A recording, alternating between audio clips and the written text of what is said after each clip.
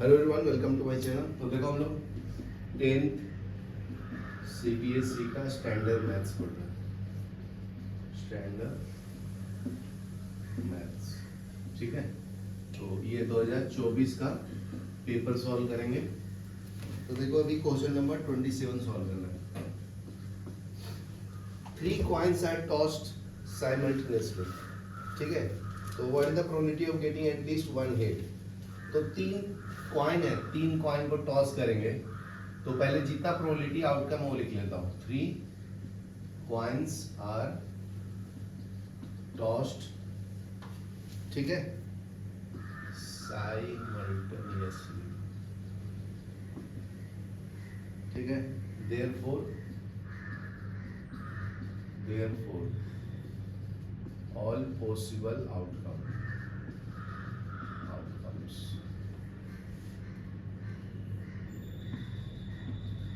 Will be 8। तो count कर लेते 8 आता है क्या।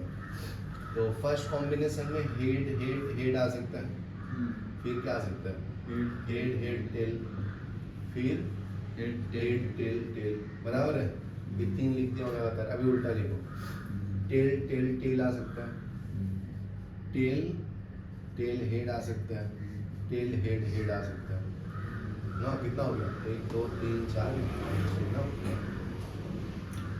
टेल हेड टेल आ सकता है, हेड टेल हेड आ सकता है। हो गया ना 8। काउंट करिए। तो टोटल 8 प्रोबेबिलिटी है। तो फर्स्ट क्वेश्चन पूछता है कि प्रोबेबिलिटी ऑफ एटलीस्ट 1 हेड,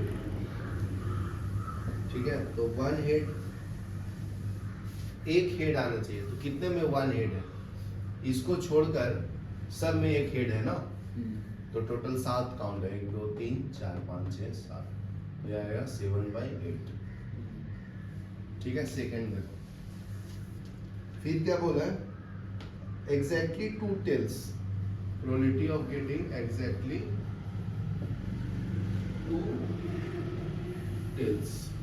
तो 2 टेल्स किसमें है जी, 2 इसमें है, इसमें है, इसमें है, एग्जैक्टली 2। तो कितना है, 3 ना। तो ये हो जाएगा 3/8। समझा क्या। फिर क्या है, फिर थर्ड है एट मोस्ट 1 टेल, एक टेल आना चाहिए कम से कम, minimum. At most 1 tail, tail किसमें है, एट मोस्ट एक इसमें, 2 ना 3।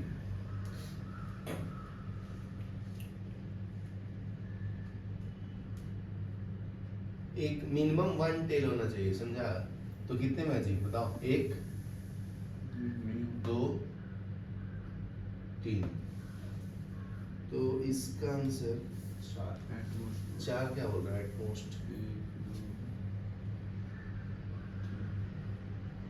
मोस्ट 1 टेल, मतलब एक से ज्यादा होना चाहिए ना। फिर ऐसा हो गया, एक से ज्यादा। तो किस में हो गया बताओ, एक हो गया। तो 1 2 3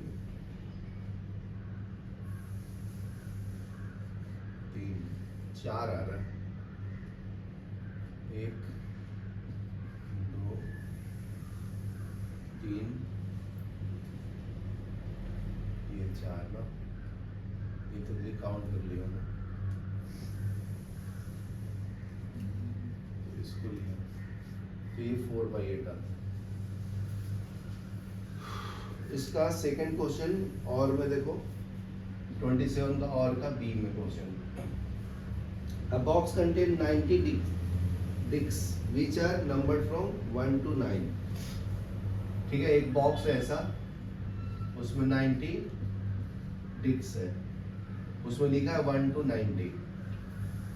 If one disc is drawn randomly from the box, find the probability that it bears 2 digit number less than 4।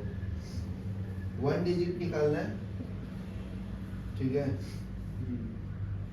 तो क्या आना चाहिए, 2 digit number less than 40, 2 digit number, 2 digit number less than 40, बराबर ना।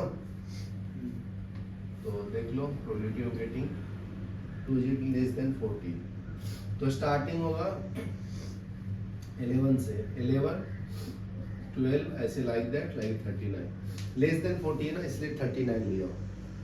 और सैंपल कितना है, सैंपल है टोटल तुम्हारा 90 ना। Probability of getting one first event is 30, तो इसमें काउंट करोगे 11 से 39 तो 30 आता है, समझा। तो कैलकुलेट कर लेंगे probability of getting first event, therefore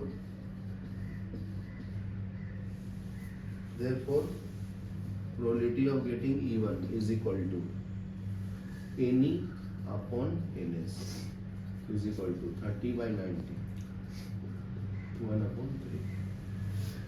ठीक है, ये लिखो फिर सेकंड बता दो। सेकंड क्वेश्चन देखो 27 का बी का सेकंड क्वेश्चन में क्या फाइंड करना है, number divisible by 5, number divisible by 5 and greater than 50, ठीक है ना। तो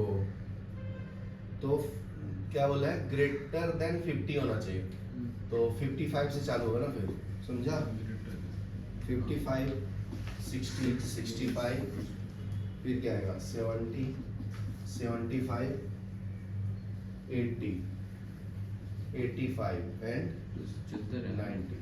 probability of getting second event कितना होगा, काउंट कर लो 1 2 3 4 5 6 7 8 ना, और टोटल प्रोबेबिलिटी ऑफ सैंपल दिया हुआ था 90, तो probability of getting second event is equal to number of event of second by total number of sample 8 by 90 ना। तो यह आ जाएगा, ये 9 है क्या काउंटिंग, कितना है 8 by 90, बराबर है ना, कैंसिल कर लो, ये 4 से और ये 45, बराबर है। नेक्स्ट है थर्ड क्वेश्चन, थर्ड क्वेश्चन में क्या है, थर्ड में बोलता है perfect square number, perfect square number.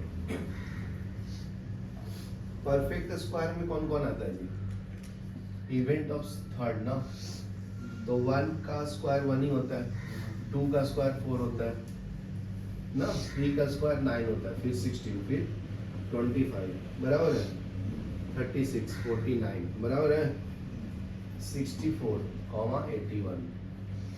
तो टोटल प्रोबेबिलिटी ऑफ इवेंट 3 कितना हो गया, 1 2 3 4 5 6 7 8 9 हो गया ना, और टोटल प्रोबेबिलिटी ऑफ सैंपल तो पता ही है 90, तो probability of getting third event is equal to any third divide by NS is equal to 9 by 90, तो ये आ जाएगा 1/10।